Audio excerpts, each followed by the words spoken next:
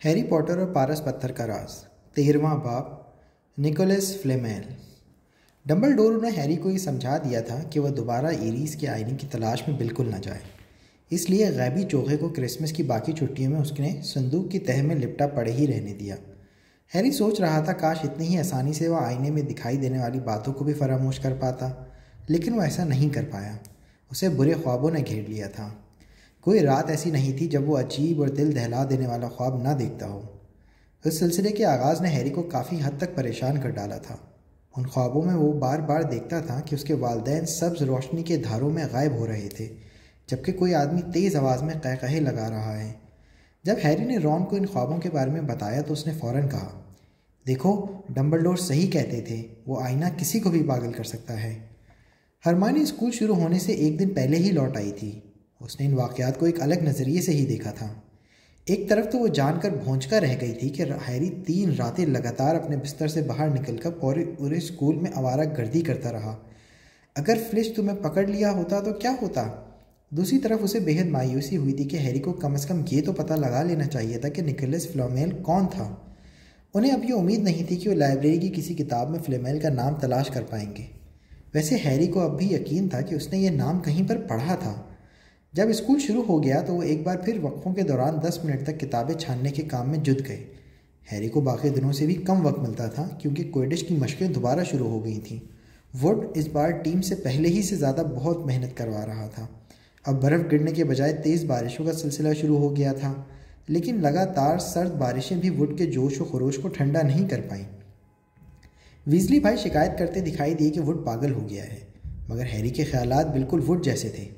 अगर वो हफल-वफ के ख़िलाफ़ अपना अगला मैच जीत लेने में कामयाब हो जाए तो वो 7 साल बाद पहली बार फरीकी चैंपियनशिप में स्लिदरिन का रिकॉर्ड तोड़ देने में कामयाब हो जाते और एक बार फिर स्लिदरिन से आगे निकल जाते। कड़ी मेहनत करने के पीछे जीतने की उम्मीद तो थी ही, उसके अलावा हैरी दिन भर की पढ़ाई और क्विडिच की मशकों के बाद इस कदर थकावट का शिकार होता कि बिस्तर पर लेटते ही उसके घोड़े बिक जाते थे, जिनकी वजह से बुरे ख्वाबों के सिलसिले में भी कमी वाक़ हो गई थी, जो कि ज़्यादा फ़रहत बख्श एहसास था। फिर एक दिन जब मौसम बहुत ज़्यादा अबर आलूद और मैदान कीचड़ से लथपथ था, मशकों के दौरान वुड ने तमाम खिलाड़ियों को बेहद बुरी खबर सुनाई, जिसे सुनकर हर एक के चेहरे पर सरासीमगी फैल गई। वुड इस दिन वीज़ली भाइयों पर बेहद खफा था क्योंकि वो एक दूसरे पर गौते मारते हुए बमबारी कर रहे थे और अपने बाहरी डंडों से गिरने की अदाकारी कर रहे थे। मस्ती मत करो वीज़ली, वुड चीख कर बोला, इसी तरह की हरकतों से हम मैच हार जाएंगे। इस बार स्नेप रेफरी के फ़राइज़ अंजाम दे रहा है, उसकी पूरी कोशिश रहेगी कि बहाने से ग्रिफिंडोर के पॉइंट्स कम कर सके। यह सुनकर जॉर्ज वीज़ली तो सचमुच अपने भारी डंडे से गिर गया। स्नेप रेफरी बन रहे हैं, वो कीचड़ में लथड़े मुंह से चीखा। स्नेप क्विडिच के मैच में पहले कब रेफरी बने थे? अगर हम स्लिदरिन से आगे निकलने की कोशिश में हैं तो वो कभी इंसाफ से काम नहीं लेंगे। बाकी खिलाड़ी भी नीचे उतर आए और जॉर्ज के साथ खड़े होकर शिकायत करने लगे। ये मेरी गलती नहीं है, वुड ने करख्त लहजे में कहा। हमें तो सिर्फ इस बात का पूरा ध्यान रखना होगा कि हम साफ़ सुथरा खेल खेलें ताकि स्नेप को हमारे खिलाफ कोई बहाना ना मिल सके। ये सब तो ठीक था, हैरी ने सोचा, लेकिन एक और वजह भी थी जिसके बायस वो स्नेप के आसपास रहने पर क्विडिच नहीं खेलना चाहता था। टीम के बाकी खिलाड़ी मशक के बाद हमेशा की तरह एक दूसरे से बातें करने के लिए मैदान में रुक गए थे, मगर हैरी वहाँ से सीधा ग्रिफिंडोर के हॉल में पहुँच गया, जहाँ उसने रॉन और हरमाइनी को शतरंज की बाजी लगाते हुए देखा। शतरंज अकलौती ऐसी चीज़ थी जिसमें हरमाइनी हमेशा हार जाती थी। हैरी और रॉन दोनों का ही मुश्तरका ख्याल था कि उसकी वाहिद कमज़ोरी थी। जब हैरी ने उनकी पहलू वाली नशिस्त संभाली तो रॉन बोला, ज़रा 1 मिनट रुको, मुझसे कोई बात ना करना। इसी लम्हे उसकी निगाह हैरी के चेहरे पर पड़ी तो चौंक कर बोला, तुम्हें क्या हुआ? तुम्हारी हालत बहुत ख़राब दिखाई दे रही है। कोई दूसरा न सुन ले इसलिए अपनी आवाज़ धीमी रखते हुए हैरी ने उन दोनों को बताया कि स्नेप के दिमाग में क्विडिच का रेफरी बनने की ख्वाहिश जाग उठी है। तुम तो खेलने से ही मना कर दो, हरमाइनी ने जल्दी से कहा। कह दो कि तुम बीमार हो, रॉन ने बात बढ़ाई। अपनी टांग टूटने की अदाकारी करो, हरमाइनी ने सलाह दी। अपनी टांग सचमुच ही तोड़ डालो, रॉन काफ़ी आगे बढ़ गया। मैं ऐसा नहीं कर सकता, हैरी ने झुंझला कर कहा। हमारे पास कोई इजाफी खिलाड़ी भी नहीं है। अगर मैं नहीं खेलूंगा तो ग्रिफिंडोर तो खेल ही नहीं पाएगा। इसी लम्हे नवेल गिरते पड़ते फुदकता हुआ हॉल में पहुंचा। कोई नहीं समझ पाया कि वो किस तरह तस्वीर के सुराख में से अंदर आने में कामयाब हुआ था, क्योंकि उसके दोनों पैर बंधे हुए थे। वो फ़ौरन समझ गए कि पैरों पर बांधने वाले जादुई कलमे का इस्तेमाल किया गया था, जिसकी वजह से उसके दोनों पैर आपस में चिपक कर रह गए थे। वो ग्रिफिंडोर के हॉल के तमाम रास्ते कूदता फुदकता हुआ आया होगा। हरमाइनी को छोड़कर सभी लोग उस पर हंसने लगे, हरमानी उछलकर खड़ी हुई और उसने अपनी छड़ी घुमाई और नेवल की तरफ झटकी। उसने पैर खोलने वाला जादुई कलमा पढ़ा, जिसके बायस अगले ही पल नेवल के दोनों पैर जादुई बंदिश से आज़ाद हो गए। वो अपने पैरों पर खड़ा हो गया। उसका जिस्म अभी तक दहशत से बुरी तरह काँप रहा था। क्या हुआ था? हरमानी ने उससे पूछा और उसे हैरी और रॉन के पास ले जाकर बिठा दिया। मैलफॉय, नेवल ने काँपते हुए बताया, वो मुझे लाइब्रेरी के बाहर मिला। उसने कहा कि उसकी मशक करने के लिए किसी को ढूंढ रहा था। प्रोफेसर मैगोनिगल के पास जाओ, हरमानी ने नेवल को मशवरा दिया। उसकी शिकायत करो। नेवल ने इनकार में सर हिलाया। मैं अपने आप को और ज़्यादा मुश्किल में डालना नहीं चाहता, वो सहम कर बड़बड़ाया। तुम्हें इसका बंदोबस्त करना पड़ेगा नेवल, रॉन ने गुस्से से कहा। उसे लोगों को अपने कदमों तले रोदने की आदत पड़ चुकी है, लेकिन ये तो कोई वजह नहीं है कि तुम उसके सामने झुक जाओ और उसका काम आसान कर दो। मुझे ये बताने की ज़रूरत नहीं है। मुझ में ग्रिफिंडोर में रहने के लायक बहादुरी बिल्कुल मौजूद नहीं है। मिल्फॉय ये काम पहले ही कर चुका है, नेविल ने रंधे हुए गले से कहा। हैरी ने अपने चौके की जेब में हाथ डालकर टटोला और एक चॉकलेटी मेंढक निकाला। ये उस पैकेट का आखिरी मेंढक था जो हरमानी ने उसे क्रिसमस पर दिया था। उसने उसे नेविल की तरफ बढ़ा दिया, जिसे देखकर लगता था वो बस अभी रोने ही वाला था। तुम अकेले 12 मिल्फाओं के बराबर हो, हैरी ने उसकी तरफ देखकर बोला। बोलती टोपी ने तुम्हें कहीं और भेजने के बजाय बहादुर ग्रिफिंडोर में भेजा था, है ना? और मेलफॉय कहाँ है? स्लिदरिन में, जहाँ मक्कारी और धोखा भरा हुआ है। चॉकलेटी मेंढक का कागज़ फाड़ते हुए नेविल के चेहरे पर हल्की सी मुस्कान उभरी। शुक्रिया हैरी, मुझे लगता है कि अब मुझे बिस्तर पर चले जाना चाहिए। क्या तुम्हें एक कार्ड चाहिए? तुम कार्ड इकट्ठे करते हो, है ना? नेविल ने एक कार्ड उसकी तरफ बढ़ाया। जब नेविल चला गया तो हैरी ने मशहूर जादूगर वाले कार्ड की तरफ निगाह डाली। एक बार फिर डम्बलडोर, उसने कहा। पहली बार भी मुझे वही मिले थे। हैरी ने गहरी सांस खींचते हुए कार्ड को पलटकर देखा, तहरीर पर नज़र डाली और फिर उसने रॉन और हरमानी की तरफ देखा। उसकी आंखों में गहरी चमक दिखाई दे रही थी। मुझे मिल गया, हैरी ने जोशीले अंदाज में कहा। मुझे फ्लेमेल मिल गया। मैंने तुम लोगों से कहा था ना कि मैंने इसका नाम पहले कहीं पढ़ा था। मैंने इसका नाम रेलगाड़ी में पढ़ा था जब मैं यहाँ आ रहा था। ये देखो, लिखा है। प्रोफेसर डम्बलडोर ख़ास तौर पर उन अमूर के लिए बेहद मशहूर हैं। 1945 में उन्होंने तारीख जादू के बेहतरीन जादूगर ग्रिंडेलवाल्ड को नहायत उम्दगी से शिकस्त से दोचार किया, ड्रैगन के खून के 12 नए इस्तेमालात का इंकशाफ किया, अपने साथी निकोलस फ्लेमेल के साथ मिलकर कीमियागरी के मुफीद तजुर्बात से जादू नगरी को फ़ायदा पहुँचाया। प्रोफेसर डम्बलडोर को सरवत और खिलवत की मौसीकी और 10 खूंटी का खेल बेहद पसंद है। हरमानी एकदम उछल पड़ी। जब उसे अपने होमवर्क के लिए पॉइंट्स मिले थे उसके बाद भी वो इतनी मसरूर नहीं दिखाई दी थी। यहीं रुको, उसने कहा और वो सीढ़ियाँ फलांगती हुई सरत रफ्तारी से लड़कियों के कमरे की तरफ भागती दिखाई दी। हैरी और रॉन को सिर्फ इतना ही मौका मिल पाया कि वो एक दूसरे की तरफ सवालिया निगाहों से देख सकें, और इतने में ही हरमानी हाँफती हुई वापस आ गई। उसकी सांस तेज़ तेज़ चल रही थी। उसके हाथ में एक भारी भरकम किताब थी। मैंने कभी इसमें देखने के बारे में सोचा ही नहीं, वो मुताज्जिब अंदाज में बोल रही थी। मैंने ये किताब कई हफ्ते पहले लाइब्रेरी से दिल बहलाने के लिए हासिल की थी। दिल बहलाने के लिए? रॉन ने आंखें फाड़ कर पूछा, लेकिन हरमानी ने उस वक्त तक खामोश रहने के लिए कहा जब तक वो किताब में कुछ तलाश न कर ले। उसके बाद उसने किताब के सफ़ात तेज़ी से पलटने शुरू कर दिए। वो अपने आप से बातें करते हुए बड़बड़ा रही थी। आखिरकार उसे वो मिल ही गया जिसकी वो तलाश कर रही थी। मैं जानती थी। क्या अब हमें बोलने की इजाज़त है? रॉन ने मुंह बनाकर कहा। हरमानी ने उसे फिर नज़रअंदाज किया। निकोलस फ्लेमेल, वो ड्रामाई अंदाज में बोली, उनके पास पारस पत्थर है। उसकी बात का इतना असर नहीं दिखाई दिया जितनी उसे उम्मीद थी। क्या है? हैरी और रॉन ने एक साथ कहा। क्या वाकई तुम दोनों को पढ़ना नहीं आता? देखो और उसे पढ़ो, यहाँ से। उसने उन दोनों की तरफ किताब सरका दी और हैरी और रॉन वो पैरा पढ़ने लगे जिसकी निशानदेही हरमानी ने की थी। वहाँ लिखा था, ज़माना कदीम की कीमिया के मुताले से हमें मालूम होता है कि लोग तब इल्म कीमिया को पारस पत्थर बनाने वाले इल्म की हैसियत से ही जानते थे। अफसानवी रिवायत के मुताबिक ये नहायत हैरत अंगेज़ क़ुव्वतों का हामिल पत्थर था। ये पत्थर किसी भी धात को छूकर उसे खालिस सोने में बदल देता है और उम्र बढ़ाने वाले खालिस अक्सीर बनाने में काम आता है, जिसे पीने वाला हमेशा के लिए लाफानी हो जाता है। सदियों से पारस पत्थर के बारे में कई तरह की अफवाहें गर्दिश करती रही हैं, लेकिन फ़िलहाल ऐसा पत्थर एक ही है और वो मिस्टर निकोलस फ्लेमेल के पास है, जो जाने माने कीमियादान और गनाई मुहिब है। मिस्टर फ्लेमेल, जिन्होंने गुज़िश्ता साल अपनी 665वीं सालगिरह नहायत धूमधाम से मनाई है, वो डेवन नामी शहर में अपनी बीवी पेरेनील, जिसकी उम्र 658 साल है, के हमरा नहायत इत्मीनान बख्श ज़िंदगी बसर कर रहे हैं। देखो, हैरी और रॉन के पढ़ने के बाद हरमानी बोली, 3 सरों वाला कुत्ता फ्लेमेल के पारस पत्थर की हिफाजत कर रहा होगा। मैं दावे के साथ कह सकती हूँ कि फ्लेमेल ने डंबलडोर से उसकी हिफाजत के लिए कहा होगा, क्योंकि वो दोनों अच्छे दोस्त भी हैं और वो जानता था कि उसके पीछे हाथ धोकर पड़ा है, इसलिए वो पत्थर ग्रिंगॉट से निकलवाना चाहता था। एक ऐसा पत्थर जो सोना बनाता हो और आपको कभी मरने ना दे। कोई हैरानगी की बात नहीं है कि स्नेप इसके पीछे पड़ा है। हर कोई यही चाहेगा कि ऐसा पत्थर उसके कब्ज़े में हो, हैरी ने गहरी सांस लेकर कहा। और कोई हैरानगी नहीं कि हमें फ्लेमेल का नाम जादू नगरी में जदीद इर्तिका एक मुताले में नहीं मिल पाया, रॉन ने कहा। अगर वो 665 साल के हैं तो उन्हें ज़माने जदीद का फ़र्द कभी नहीं कहा जा सकता है ना? अगली सुबह हैरी और रॉन तारीख जादू से महफूज रहने की फ़न की जमात में भेड़ियाई इंसानों के काटने के मुतालिक मुख्तलिफ शफाई तरीक़ों का मजमून कॉपियों में नकल कर रहे थे। वो अब भी आपस में गुफ्तगू कर रहे थे कि अगर उन्हें पारस पत्थर मिल जाए तो वो उसका क्या करेंगे। जब रॉन ने यह कहा कि वो अपनी ज़ाती क्विडिच टीम ख़रीदेगा तो उसी वक्त हैरी को याद आ गया कि आने वाले मैच में स्नेप रेफरी के फ़राइज़ अंजाम देने वाला था और वो मैच ज़्यादा दूर नहीं था। मैं ज़रूर खेलूँगा, उसने रॉन और हरमायनी को फैसला कुन लहजे में बताया। अगर मैं नहीं खेला तो स्लिदरिन के लोग ये सोचेंगे कि मैं स्नेप का सामना करने से डर रहा हूँ। मैं उन्हें बता दूंगा। अगर हम जीत गए तो उनके चेहरों से मुस्कान उड़ जाएगी, बशर्ते कि वो लोग तुम्हें मैदान से ही ना उड़ा दें, हरमायनी ने अपना खदशा जाहिर किया। जैसे जैसे मैच का दिन करीब आने लगा, हैरी की घबराहट बढ़ती चली गई। चाहे उसने रॉन और हरमायनी से जो भी कहा हो, बाकी टीम भी बहुत ज़्यादा तसल्ली बख्श हालत में नहीं थी।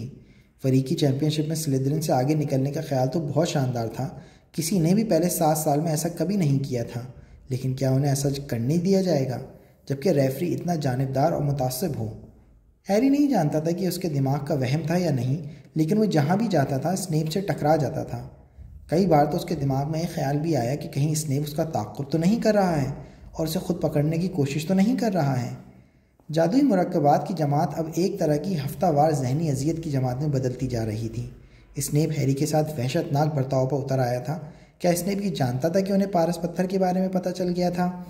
हैरी को समझ में नहीं आया कि स्नेप को ये कैसे मालूम हो सकता था, लेकिन कई बार उसे यह एहसास शिद्दत से सताता था कि शायद स्नेप दिल की छुपी बातें भी पढ़ लेता था। जब रॉन और हरमायनी अगले दोपहर कपड़े तब्दील कराने वाले कमरे के बाहर हैरी की हौसला अफजाई कर रहे थे, तो हैरी जानता था कि वो लोग यकीनन सोच रहे होंगे कि वो उसे दोबारा ज़िंदा देख भी पाएंगे या नहीं। आप इसे तसल्ली बख्श ख्याल करार नहीं दे सकते। जब उसने अपनी क्विडिच की वर्दी पहनी और निम्बस 2000 उठाया तो हैरी ने वुड के जोश पैदा करने वाली तकरीर का एक लफ्ज़ भी नहीं सुना। उस दौरान रॉन और हरमायनी स्टेडियम में नेविल के बिल्कुल साथ वाली नशिस्त पर बैठ गए। नेविल को ये समझ नहीं आ पाया कि वो इतने गंभीर और परेशान क्यों दिखाई दे रहे थे, या वो मैच में अपनी छड़ियाँ साथ क्यों लेकर आए थे। हैरी को यह बात मालूम नहीं हो पाई कि रॉन और हरमायनी ने छुपकर पाँव की बंदिश वाले जादुई कलमे की खूब महारत हासिल कर ली थी। उन्हें यह ख्याल मेलफॉय की हरकत से मिला था जिसने नेविल पर उसका इस्तेमाल किया था। वो बिल्कुल तैयार थे कि अगर स्नेप ने हैरी को चोट पहुंचाने की ज़रा सी भी कोशिश की तो वो उसके पैरों पर उस जादुई कलमे का इस्तेमाल करने से ज़रा भी नहीं हिचकिचाएंगे। भूलना मत, ये इंसानी हरकत में मुस्तामिल अहम बंदिश है, हरमायनी ने बड़बड़ाते हुए कहा जब रॉन ने अपनी छड़ी अपने बाजू के बलाई हिस्से पर घुमाई। बेफिक्र रहो, मैं जानता हूँ, बार बार मत बताओ, रॉन ने पलट कर जवाब दिया। कपड़े तब्दील करने वाले कमरे में वुड हैरी को एक तरफ ले गया। मैं तुम पर दबाव नहीं डालना चाहता पॉटर, लेकिन आज हमारे लिए सुनहरी चिड़िया को पकड़ना जल्द अज जल्द ज़रूरी है। इतना पहले कभी नहीं था। इससे पहले कि स्नेप हफलपफ को ज़्यादा फ़ायदा पहुंचाए, खेल ही ख़त्म कर देना। पूरा स्कूल यहाँ पर है, फ्रेड वीजली ने दरवाजे से झांकते हुए कहा। यहाँ तक कि कसम से डोर भी मैच देखने आए हैं। हैरी का दिमाग कलाबाजियाँ खाने लगा। डम्बलडोर, उसने कहा और वह दरवाजे तक दौड़ कर गया ताकि अपनी आंखों से देख सके कि फ्रेड सच कह रहा है। सफ़ेद दाढ़ी पहचानने में किसी से गलती नहीं हो सकती थी। हैरी को इतना इत्मीनान मिला, इसका दिल चाहने लगा कि वो ज़ोरदार क़हक़हा लगा कर हंसे। अब वो हर तरह से महफूज था। डम्बलडोर अगर देख रहे थे तो स्नेप ऐसी कोई हरकत करने की हिम्मत ही नहीं कर सकता था जिससे हैरी को नुकसान पहुँचे। शायद इसीलिए जब टीम मैदान में उतरी तो स्नेप बहुत गुस्से में दिखाई दे रहा था। दूसरी तरफ रॉन भी ये ताड़ चुका था और उसके चेहरे पर फ़िक्र की सिलवटें मादूम हो चुकी थी। मैंने स्नेप को कभी इतना सड़ा मुँह बनाते हुए नहीं देखा, उसने हरमायनी को बताया। देखो, खेल शुरू हो गया है। आउच, किसी ने रॉन की गर्दन के पीछे कुछ चुभो दिया था। रॉन ने फ़ौरन मुड़कर देखा तो उसे मिल्फॉय की सूरत दिखाई दी। ओह माफ़ करना वीजली, तुम मुझे दिखाई नहीं दिए थे, मिल्फॉय ने खवासत से मुस्कुराते हुए कहा। वो क्रैब और गोयल की तरफ देखकर दांत निकाल रहा था। मैं सोच रहा हूँ कि इस बार पॉटर कितनी देर तक अपने बाहरी डंडे पर टिका रहेगा, कोई शर्त लगाना चाहता है? क्या तुम लगाओगे वीजली? रॉन ने कोई जवाब नहीं दिया। स्नेप ने अभी अभी हफलपफ को एक पॉइंट दिया था क्योंकि जॉर्ज वीजली ने एक फाउल को उनकी तरफ मारा था। हरमानी, जिसकी तमाम उंगलियां उसकी गोद में बंधी हुई थी, हैरी को लगातार देखने में मसरूफ़ थी, जो किसी अकाब की तरह मैदान में चारों तरफ चक्कर काट रहा था और सुनहरी गेंद को तलाश करने में मसरूफ़ था। तुम्हें पता है कि ग्रिफिंडोर की टीम के खिलाड़ी को कैसे मुंतखब किया जाता है? मैल्फॉय ने कुछ मिनट बाद ज़ोर से कहा, जब स्नेप ने हफलपफ को बना किसी वजह के एक और आज़ाद ज़र्ब का मौका दे दिया। वो ऐसे तलबा को मुंतखब करते हैं जिनके लिए उन्हें अफसोस होता है। देखो, पॉटर है जिसके मम्मी डैडी नहीं है, फिर वीजली जुड़वा हैं जिनके पास पैसे नहीं हैं। तुम्हें भी टीम में शामिल होना चाहिए लॉन्ग बॉटम, तुम्हारे पास तो दिमाग ही नहीं है। नवेल का चेहरा अचानक सुर्ख हो गया, लेकिन वो अपनी नशिस्त पर बैठा रहा।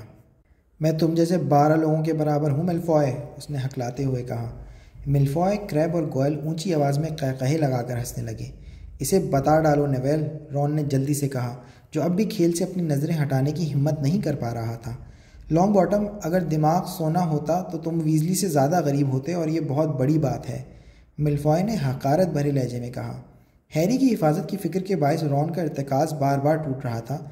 मेलफॉय की इस्तेहज़ाइया जुमलों ने उसके दिमाग को काबू से बाहर कर दिया था। मैं तुम्हें ख़बरदार कर रहा हूँ मेलफॉय, अगर अब आगे कुछ कहा तो। रॉन, हरमाइनी की घबराई हुई आवाज़ सुनाई दी। हैरी, क्या कहा? रॉन हड़बड़ा सा गया। हैरी अचानक एक ज़बरदस्त गौता लगाता हुआ दिखाई दे रहा था, जिसकी वजह से तमाशाइयों का हुजूम बुरी तरह दहशतज़दा दिखाई दे रहा था, और फिर तालियां की आवाज़ सुनाई देने लगी। हरमाइनी बेकरारी से उठ खड़ी हुई और उसने अपनी उंगलियां दांतों में दबा लीं, क्योंकि हैरी गोली की रफ्तार से ज़मीन की तरफ चला जा रहा था। तुम्हारी किस्मत अच्छी है वीजली, लगता है कि पॉटर को ज़मीन पर गिरा हुआ कोई सिक्का नज़र आ गया है, मेलफॉय ने तंज़िया अंदाज में कहा। उसने वाकई हद अबूर कर ली थी, जो कि रॉन के दिमाग को पलटने के लिए काफ़ी थी। रॉन अपनी बर्दाश्त खो चुका था। इससे पहले कि मेलफॉय कुछ समझ पाता कि क्या हो रहा था, रॉन ने उस पर जस्ट लगाई और ज़मीन पर पटक डाला। फिर वो उसके ऊपर चढ़कर उसे ज़दोकोब कर रहा था। इसी लम्हे नवेल को झुका और फिर अपनी नशिश से पीछे कूदकर उसकी मदद करने के लिए पहुंच गया। शाबाश हैरी, हरमाइनी चीखी। वो जोशीले अंदाज में अपनी नशिश पर चढ़ गई थी। उसकी निगाहें हैरी पे जमी हुई थी, जो स्नेप की तरफ तेज़ी से लपकता हुआ जा रहा था। हरमाइनी का ज़रा सा भी ध्यान उस तरफ नहीं गया कि मेलफॉय और रॉन उनकी नशिश के बिल्कुल नीचे लड़के हुए हैं कि नवेल, क्रेब और गोयल की तरफ से मुक्कों और चीखों की आवाज़ें आ रही हैं। ऊपर हवा में स्नेप अपने जादुई बाहरी डंडे पर इसी लम्हे पलटा और उसने देखा कि सुर्ख रंग की कोई चीज़ उससे कुछ ही इंच के दूरी से सरसराती हुई गुजर गई। अगले ही पल हैरी ने अपना गौता मुकम्मल कर लिया और उसका बाजू जीत के अंदाज में हवा में लहराने लगा। उसका चेहरा खुशी से दमक रहा था। सुनहरी चिड़िया उसके हाथ में कैद थी। तमाशाई अपनी नशिशों से खड़े हो गए। ये एक रिकॉर्ड था। किसी को भी याद नहीं था कि सुनहरी चिड़िया को इससे पहले कभी इतनी जल्दी पकड़ा जा सका था। रॉन तुम कहाँ हो? मैच ख़त्म हो गया है, हैरी जीत गया है, हम जीत गए, ग्रिफिंडोर अब सबसे आगे है, हरमाइनी चीख कर बोली। वो अपनी नशिश पर खुशी से उछल रही थी और अगली कतार में मौजूद पार्वती पाटिल को गले लगा रही थी। हैरी अपने बाहरी डंडे से ज़मीन पर 1 फुट ऊपर कूद गया। उसे यकीन नहीं हो रहा था कि उसने वाकई कर दिखाया था। मैच ख़त्म हो चुका था, जो बमुश्किल 5 मिनट तक ही जारी रह पाया था। अब ग्रिफिंडोर के तलबा खुशी से नारे मारते हुए मैदान पर दौड़ते हुए आ रहे थे। उसी लम्हे हैरी ने स्नेप को अपने करीब ज़मीन पर उतरते देखा, जिसका चेहरा सफ़ेद पड़ गया था और होंठ सख्ती से भिजे हुए थे। फिर हैरी को महसूस हुआ जैसे किसी ने उसके कंधे पर हाथ रखा हो। उसने पलटकर डम्बलडोर के मुस्कुराते चेहरे को देखा। शाबाश, डम्बलडोर इतने धीमे लहजे में बोले कि सिर्फ हैरी ही सुन पाया। ये देखकर बेहद अच्छा लगा कि तुम उस आईने के बारे में फ़िक्रमंद नहीं हो, अपने आप को हकीकत की दुनिया में वापस ले आए हो, शराब से पीछा छुड़ा लिया, बहुत शानदार। उसी लम्हे स्नेप ने कड़वाहट से ज़मीन पर थूका। हैरी कुछ देर बाद कपड़े बदलने वाले कमरे से बाहर निकला। वो अब बाहरी डंडों के गोदाम की तरफ बढ़ रहा था ताकि वो अपना बाहरी डंडा वहाँ रख सके। उसे याद नहीं था कि उसे इससे पहले कभी इतनी ज़्यादा खुशी हुई हो। उसने अब सचमुच कुछ ऐसा कर दिखाया था जिस पे वो फ़ख्र कर सकता था। अब कोई ये नहीं कह सकता था कि वो महज नाम की हद तक ही मशहूर है। उसे शाम की हवा पहले कभी इतनी भीनी और दिलकश नहीं महसूस हुई। वो भीगी घास पर चलता रहा।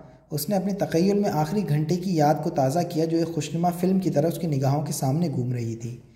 ग्रिफिंडोर के तलबा ने उसे अपने कंधों पर बिठाने के लिए भागे।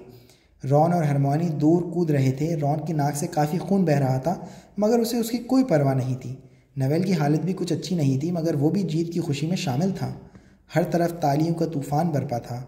मसरूर कुन ख़यालात के धारे में बहता हुआ हैरी गोदाम तक पहुँच गया। वो लकड़ी के दरवाजे पर टेक लगाकर खड़ा हो गया और उसकी निगाहें लाशऊरी तौर पर हॉगवर्ड की बुलंदोबाला किले की तरफ उठती चली गईं। किले की खिड़कियां डूबते सूरज की रोशनी में सुर्ख दिखाई दे रही थीं। अब ग्रिफिंडोर सबसे आगे था। उसने यह वाकई कर दिखाया था। उसने स्नेप पर साबित कर दिया था और स्नेप के जिक्र पर एक नकाब पोश शख्स किले की खारजी सीढ़ियों से बाहर निकलता हुआ दिखाई दिया। जाहिर था वो ये नहीं चाहता था कि कोई उसे देख सके, इसलिए वो जितनी तेज़ी से चल सकता था चलते हुए तारीक जंगल की तरफ बढ़ता चला गया। ये देख कर हैरी के दिमाग में जीत की खुशी उथल पथल होकर रह गई। उसने इस आदमी की लंगड़ाती चाल को पहचान लिया था। जब बाकी सभी लोग अंदर बड़े हॉल में बैठे खाना खाने में मशगूल थे तो स्नेप चोरों की तरह जंगल में क्यों जा रहा था? आखिर ये हो क्या रहा था? हैरी अपना निम्बस 2000 पर कूदकर बैठ गया और अगले ही लम्हे वो हवा में परवास कर रहा था। किले के ऊपर खामोशी से उड़ते हुए उसने देखा कि स्नेप लगभग दौड़ता हुआ तारीक जंगल में घुस गया। हैरी भी उसके ताक़ुब में चल पड़ा। दरख्त इतने घने थे कि उसे ये दिखाई नहीं दे रहा था कि स्नेप कहाँ गया। हैरी नामालूम मंजिल की तरफ रवां दवा था, फिर नीचे की तरफ आया और दरख्तों की तरफ सबसे ऊंचे वाली शाखों को छूने लगा। जब उसे किसी की भिनभिनाती हुई आवाज़ें सुनाई दी तो वो चौकन्ना हो गया और धीमी रफ्तार से उनकी तरफ चल पड़ा। वो बगैर कोई हलचल किए मुहतात अंदाज में अपने भारी डंडे से उतरा और दरख्त में छुप कर बैठ गया। वो पूरी एहतियात से एक दरख्त की शाख पर चढ़ा और अपने भारी डंडे को मजबूती से पकड़ लिया। वो पत्तों के दरमियान में नीचे झांकने की कोशिश कर रहा था। नीचे सायेदार खुली जगह थी जहाँ स्नेप खड़ा हुआ दिखाई दिया। वो उस वक्त अकेला नहीं था, प्रोफेसर क्विरल भी उसके साथ मौजूद थे। हैरी क्विरल के चेहरे के तासुरात को तो नहीं देख सकता था, मगर वो पहले से भी ज़्यादा बुरी तरह से हकला रहे थे। हैरी ने यह सुनने के लिए अपनी सारी क़ुव्वत लगा दी कि उनमें क्या बातें हो रही थीं। नहीं जानता कि आप मुझे यहाँ क्यों मिलना चाहते थे सेवरस। मैंने सोचा कि हमारा यूं छुपकर मिलना ही सूदमंद रहेगा, स्नेप ने बर्फीली सर्द आवाज़ में कहा। तुलबा को पारस पत्थर के बारे में कतई मालूम नहीं होना चाहिए, है ना? मगर सेवरस, मैं प्रोफेसर क्विरल हकलाए। तुम मुझे अपना दुश्मन तो नहीं बनाना चाहोगे क्विरल? स्नेप ने तल्खी से कहा और उसकी तरफ एक कदम बढ़ाया।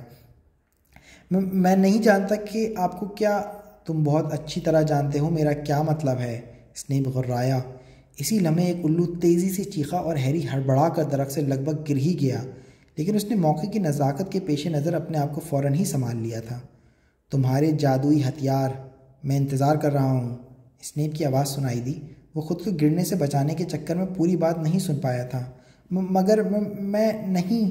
ठीक है, स्नेप ने उसकी बात काटते हुए कहा, हम जल्दी एक बार फिर मिलेंगे।